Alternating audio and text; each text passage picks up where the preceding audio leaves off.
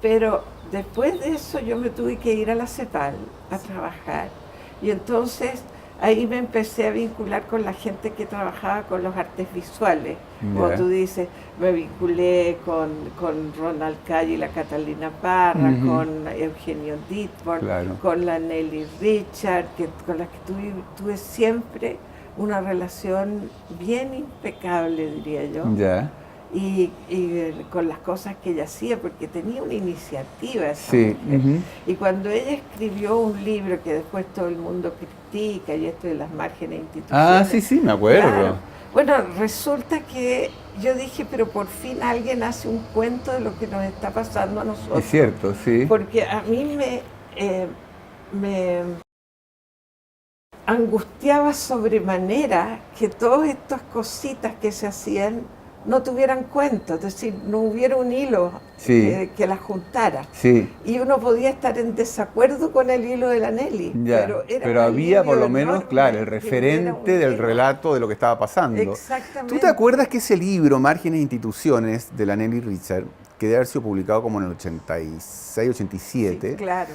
se hizo un seminario donde participaron, por un lado, los protagonistas y por Exacto. otro lado, los sociólogos de la Flaxo? Exactamente. Yo Concurrieron en un... estuve. Sí, yo también Yo estuve, estuve, sí. Y estuvimos que y estuvo muy escribí. Muy entretenido, muy discutido, entretenido. porque era claramente que eran dos miradas distintas, ¿no? La mirada Distinto.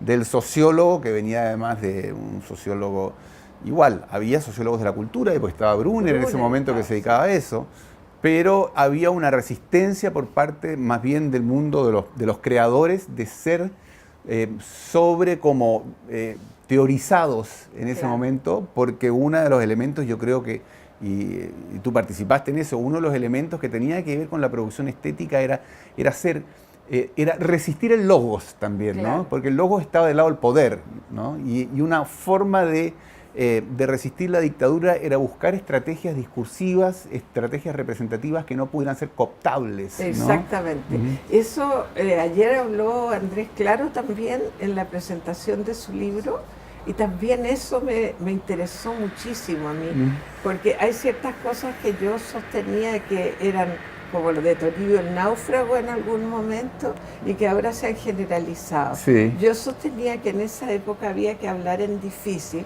porque tú tenías detrás la sombra del censor. Hablar en difícil era una gran manera de defenderse, porque sí, lo que tú decías lo decías y no lo decías. De tal manera que ante un censor, un inquisidor cualquiera, tú podías decir, lea lo que dice ahí. ya. Y lo que dice ahí se puede leer. Ahora, lo que entendía alguien que estuviera del otro lado era doble. Estaba una cosa escrita para el censor y otra cosa. Entonces eran ininteligibles. Vino Dan Cameron, Sí, ¿te acuerdas que era un crítico de Nueva York? Y dijo que en toda su vida no había visto nunca textos tan difíciles de leer ya, como los que se escribían en esa época sobre arte en Chile. Y yo eso ya. lo puse porque lo encontré Ah, qué maravilloso, era una fantástico. maldad, Ah, yo lo ya. escribí en una cosa esa. Y claro, y yo creo que lo terrible que pasó es que la gente sintió que así se escribía sobre arte. Y Ya, una vez que ah, las circunstancias externas ay, ay, ay, ya, cambiaron, sí, la forma de escribir no cambió. ya, Y ayer, en esta presentación de Andrés Claro, que estaba Federico Galende, estaba sí, Bruno Cunha, estamos recuperando, dijeron, ya, la posibilidad de hablar y de explicar. Bueno, yo entré a la CEPAL porque ya pensé que no podía seguir en la universidad. La CEPAL era un lugar maravilloso en el sentido que tú tenías fuero, en cierto sentido diplomático, y conocías gente de muy buen nivel y de ujú, otras disciplinas. Entonces yo conversaba y me hice amiga de esas personas muchas. Y después me di cuenta de a poquitito que cuando yo empezaba a hablar de las cosas que yo estaba haciendo, se les ponía como una tela en los ojos y se sí, aburrían como... ¿ya? claro, se Y yo quedan mirando decía, sin mirar. no, claro, Sí, entonces yo decía, algo me pasa, que esto que yo estoy haciendo no le interesa a esta persona y ajá, a mí me interesa que a esta persona le interese. ya. Sí. Y entonces ahí me fue cambiando un poco la idea de público destinatario, Sí. porque también la cerrazón viene de que uno le está hablando siempre a determinados pares. Claro. Ujú. Y entonces esos pares pueden estar en lugares que son inaccesibles. Yo pienso mucho en una ficción, pero que siempre he pensado y siempre lo pongo en todo lo que escribo. La ficción del lector culto. Sí. Uno cree, debe haber un lector culto, y si no, hay que hablarle al lector culto. Ya. Yo era una lectora culta a los 8 años, cuando mi papá compraba la revista Ercilla y yo leía a Darío Carmona. Ya. Porque Darío Carmona hablaba desde un lugar que era superior al mío, pero me hacía pensar que yo tenía que seguir aprendiendo. Y yo creo que el lector culto es eso, es decir, alguien a quien tú logras interesar para que siga aprendiendo de un asunto que a ti te interesa también. Sí, sí. Y yo pienso que esa es una ficción del Dr. Johnson, Ya. del lector culto, pero creo que vale mucho la pena revivirla. Revivirla, sí. Yo creo que el lector culto es el lector de las humanidades, el espacio de las humanidades, Ajá. no el especialista está en otro. Claro, pero un lector que uno imagina medianamente ilustrado, Claro. lo suficientemente ilustrado para poder, digamos, contar lo que uno quiere contar, y al mismo tiempo lo suficientemente abierto como para poder, como desde lo que uno cuenta, ¿no?, pegar un salto adicional, una cosa así. Sí. Exacto, interesarse, curiosear. Curiosear, sí. Curiosear, porque más que imponer la cosa Sí. es curiosear. Mira, tú contabas recién la experiencia en la CEPAL, y nosotros tenemos algo en común. Mucho. Una de las cosas que tenemos en común es que ambos trabajamos un cuarto de siglo en la CEPAL. Exacto. ¿Ya? No siendo economistas No. ni sociólogos, ¿ya? Es decir, no siendo del mainstream de la episteme cepalina, no viniendo de mundos donde los interlocutores son los interlocutores propios de la CEPAL, de un sistema de Naciones Unidas, no usando lenguajes que están formateados institucionalmente, ¿no es cierto?, en jerga de política pública o de estadísticas, ¿no?, en la CEPAL. Es decir, viniendo de afuera, ¿no?, pasando 25 años y retornando al mundo de afuera de la CEPAL. Pero yo comparto contigo esta idea de que, por un lado, o sea, yo creo que esto tiene una parte complicada y una parte beneficiosa. La parte beneficiosa es que la CEPAL amplía el rango de interlocutores. Exacto. Y te obliga a una claridad, a tender puentes, a ser traductor, no solo como te tocó a ti ser traductora y editora en los idiomas, Claro. sino ser traductor de formas de hablar, de formas de entender, ¿no? Exactamente. Lo cual yo lo tuve que ejercer también permanentemente ahí. Tú lo ejerciste permanentemente y tú le cambiaste mucho la fisonomía al asunto, porque trajiste muchas cosas que eran del mundo de afuera, Sí. porque también la CEPAL podía encerrarse en sí misma. No, sí, no le cuesta nada. No le cuesta claro, nada, sí. Y en ese sentido es interesante y creo que es positivo. A mí lo que me pasó también como costo, ya que yo creo que tuve que pagar un poco, es que durante muchos años, casi imperceptiblemente, bueno, como el hábito hacia el monje, ¿no?, mi propio estilo, mi propia voz, se fue como haciendo un poquito más Roma, ¿ya? Porque tenía que adecuarse o formatearse a este lenguaje, ¿no es cierto?, de otros públicos. Y de consensos de constante Claro. búsqueda. Pero fíjate qué divertido, porque tú hablabas del lenguaje más radicalizado de fines de los 70 y principios de los 80, a propósito de las artes visuales, ¿no?, en que había que complejizar el lenguaje, hacerlo un poco hermético, para defenderse o protegerse de la amenaza de un ojo, digamos, sensor y represivo, Sí. ¿no?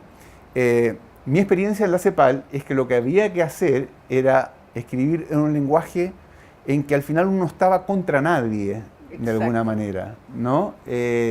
Siempre, o sea, desdiciéndose un poquito, pero no desde el hermetismo, ¿no?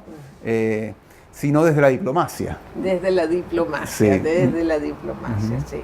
Yo aprendí mucho ahí. Sí. Y fíjate que creo que eso hace un estilo. Y hace un estilo que no es malo en todo sentido, porque claro, uno dice, es Romo. Lo que pasa es que a ti te tocó escribir los documentos sustantivos, a mí me tocaba traducirlos. Editarlos y traducirlos. O sea, claro. no me tocaba el pensamiento, a mí me tocaban los servicios. Entonces mi pensamiento era más libre, se iba para otro lado. Claro. Yo prestaba los servicios, digamos, y entonces yo no tenía que redactar ni pensar como la CEPAL. Yo simplemente tenía que traducir y presentar. Está bien, claro. Entonces, claro, quedaste más a resguardo de eso. Quedé a resguardo en ese sentido y de hecho gozaba mucho con escribir cosas incompatibles con la lógica cepalina. Pero tampoco las entendía mucho los que yo tuve por ahí. Pero sabes tú, la cosa de lo oscuro tiene otro matiz, y que es un matiz menos grato, porque uno dice, claro, librarse de la censura es algo más que ético, ¿no? Pero también ocultar información. Que yo creo que antes de la era del internet, ser propietario de cierta información y no compartirla era una especie de usura intelectual, de acaparamiento, y eso también se dio. Eso también se dio porque nadie es angelical. Claro, no, por supuesto. Nadie es angelical. Entonces, la gente que no hablaba inglés o no hablaba francés estaba en desventaja frente a estos que podían agarrar los textos teóricos en la mata, antes de las 10 años antes de las traducciones. Claro, y se daban unas conferencias, era como cuando el chico Molina leyó un capítulo de Hermann Hesse y dijo que era de él, estaba todo el mundo muy fascinado porque nadie había leído a Hermann Hesse. Sí. Claro, esa es una anécdota chilena clásica, muy buena esa anécdota. En distintos aspectos también hubo acaparamiento de información y eso favoreció estas especies de feudo. Pero nosotros estábamos fuera de eso. Entonces, yo creo que lo que se agradecía, a mí en general me llamaban cuando todo el mundo estaba peleado, porque como nadie había tenido ocasión de pelear conmigo, entonces porque si hubiera estado más metida probablemente sí habrían peleado conmigo, pero estaba un poquitito alejada. Y hablábamos también de la traducción en el sentido, digamos, de que tú te mueves entre el lenguaje, entre artes visuales y arte, ¿no? Y la escritura y la literatura. Esta idea, digamos, de que viviste en todos esos años en que se desarrolló un modo de narrar, un modo de contar, un modo de analizar, digamos, al cual había una cierta dificultad de acceso y que todavía hoy día está eso ahí, pero que tú por otro lado, digamos, dialogas perfectamente con esos referentes, con esos interlocutores, y al mismo tiempo tienes un cierto culto a la transparencia, a la claridad, ¿no es cierto? Quizás por esta afinidad con la imagen, precisamente, ¿no? ¿Qué lugar ocupa en ti, digamos, esto de la traducción, ¿no? Me acordaba porque Andrés Claro, que presentó el libro ayer, hizo un gran libro sobre la traducción. Un libro sobre la traducción, en el fondo es un gran libro sobre poética, fíjate. Sobre poética y sobre multiculturalidad. En el fondo es un gran libro sobre eso. Y el que lo haya leído entero es el mejor curso de poética de Chile, está jamás publicado, y yo creo que de muchas partes, creo que ese libro debería difundirse más allá de Chile. Por ejemplo, cuando nosotros nos metimos con la Academia Imaginaria, se nos ocurrió la cosa del siglo XX porque no había universidades que dieran eso. Todavía la gente estaba asustadísima de hablar del siglo XX porque eso era como hablar de política y no se podía. Entonces nosotros hablamos de cultura, pero de cultura del siglo XX. Entonces tratar de meterse en las cosas que no están ocupadas ya. Yo pensaba en mí como alguien que iba a escribir un gran libro. Yo no pude nunca escribir un gran libro porque estaba siempre ganándome la vida y criando 3 niños chicos. Entonces después dije, ¿cómo productivizo esto? Porque, ¿qué voy a hacer? La vida me la tengo que ganar y los 3 niños son lo mejor que me ha pasado. Entonces, ¿cómo lo hago? Entonces empecé a mirar que existían géneros fragmentarios. Y yo, si tú tratas de escribir una novela en esas condiciones, trabajando en la CEPAL hasta las 6 de la tarde, Sí. llegando a ver tus hijos y tu Sí. casa. Bueno, tú tienes una idea maravillosa para una novela, te instalas y no vuelves en un mes más y ya la idea se murió. Sí. Pero Nietzsche también escribió un aforismo porque tenía tales dolores de cabeza que no podía estar mucho rato. No podía estar mucho rato, Ya. y fíjate Entonces también era una cuestión, era una solucionática, Era una digamos, ¿no? solución, exacto. Práctica, Claro. pero que finalmente, ¿no? Finalmente tiene plena coincidencia con su proyecto intelectual. O sea, se reencuentra con su Sí, proyecto intelectual a sí, partir sí, de eso. Sí, ¿Mm? yo creo que yo pude captar ciertas cosas precisamente porque tuve que hacer mío el fragmento. Sí. Y entonces lograr que la intensidad se mantuviera todo lo que podía mantenerse dentro de un tiempo muy acotado, Ajá. porque si no, las ideas se mueren, ¿no? Sí. Y es verdad que las ideas no las puedes poner en el congelador y Y sacarlas. después sacarlas y retomarlas. No puedes. Sí. Bueno, eso tiene también la imagen, ¿no? Que la imagen es Exactamente. sintética, ¿no? Es directa, ¿sí? No procede por ese largo procedimiento apodíctico, discursivo, de profundización progresiva, Claro, ¿no? sino que son encuentros felices. Encuentros felices, Encuentros hallazgos, felices, claro. claro. Desde choques así, Sí, desde- como choques eléctricos, como eso, destellos, ¿no? destellos, Eso es bastante benjaminiano también, ¿no? absolutamente ibarburgiano. Ah, de los Los dos. Sí. Ya. Y yo pensé, nunca han juntado los dos, Ya. porque acá en Chile, en otras partes ya lo estaban juntando, en Alemania, había unos Ya. tremendos tratados en Alemania y yo no leo alemán. Pero que Así una juntaban a Warburg comparación. con Benjamin. Exacto, cuando yo estaba escribiendo el libro me puse Sí. a investigar, me di cuenta que había tratados en alemán, que no Ujú. se habían traducido ni siquiera al inglés, porque había acá en Chile una separación ideológica muy fuerte, es decir, Benjamin era nuestro santo patrono si tú eras de izquierda, Claro. y Warburg era un caballero millonario, Ah, sí, con su gran excéntrico, biblioteca. etcétera, Ya. de otra cosa. Sí. Otra cosa. Ah, y ya. la sensibilidad, la manera de captar, yo empecé a mirar uno y a mirar el otro y a decir, pero a estos les gustaban las mismas cosas, casi veían las mismas cosas. Uno se dedicó al Renacimiento, otro se dedicó a otra época, Sí. pero el asunto en su cabeza Sí. funcionaba de una manera comparable. Y la lógica de los archivos, la lógica colección. de las ¿no? Sí. colecciones, de los archivos, de todo eso,